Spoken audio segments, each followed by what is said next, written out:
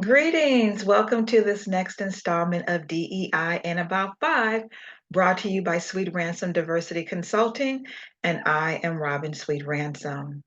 Thank you for joining me again. Last time I began to unpack for you the topic of systemic racism and the fact that we have a groundwater problem and the things that we considered was taking an honest look at racism in America.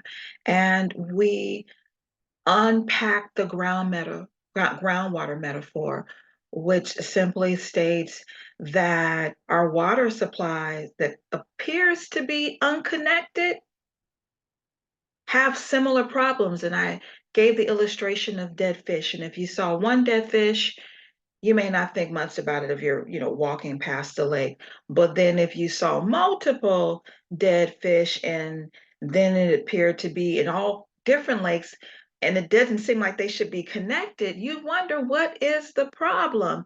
And so we helped you to appreciate that systemic racism comes because there are multiple systems, the medical system, the judicial system, and so forth, and one particular group or groups have been adversely impacted across various systems that don't necessarily appear to be connected, which means the problem runs deep, such as with groundwater, and is seeping into all aspects of society. And we observed that we need to look a little closer. And I promise you that we will look into the health care field. I want to share with you the story of Raina Munjan. She was a beautiful 30-year-old social studies teacher from New York, and she complained that she couldn't breathe properly. And she was ignored by EMTs, urgent care workers, as well as doctors.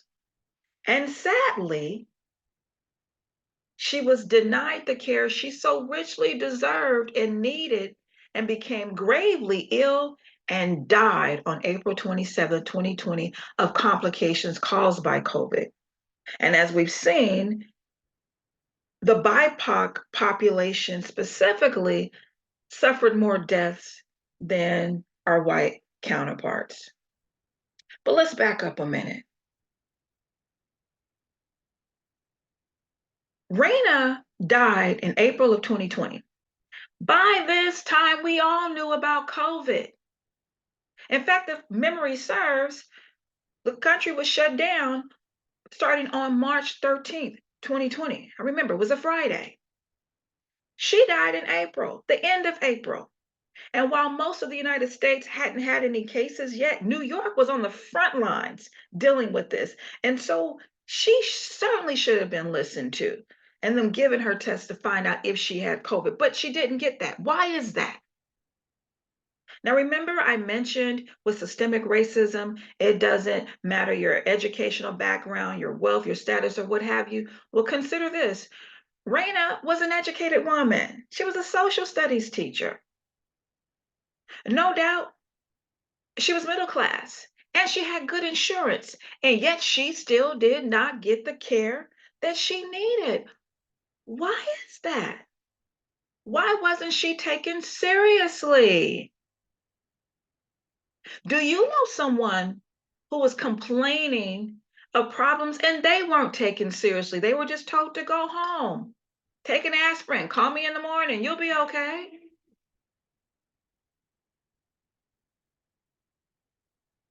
Why aren't people, specifically Black people, in general, other persons of color, not given the care that they deserve? And I want you to ponder that for a moment.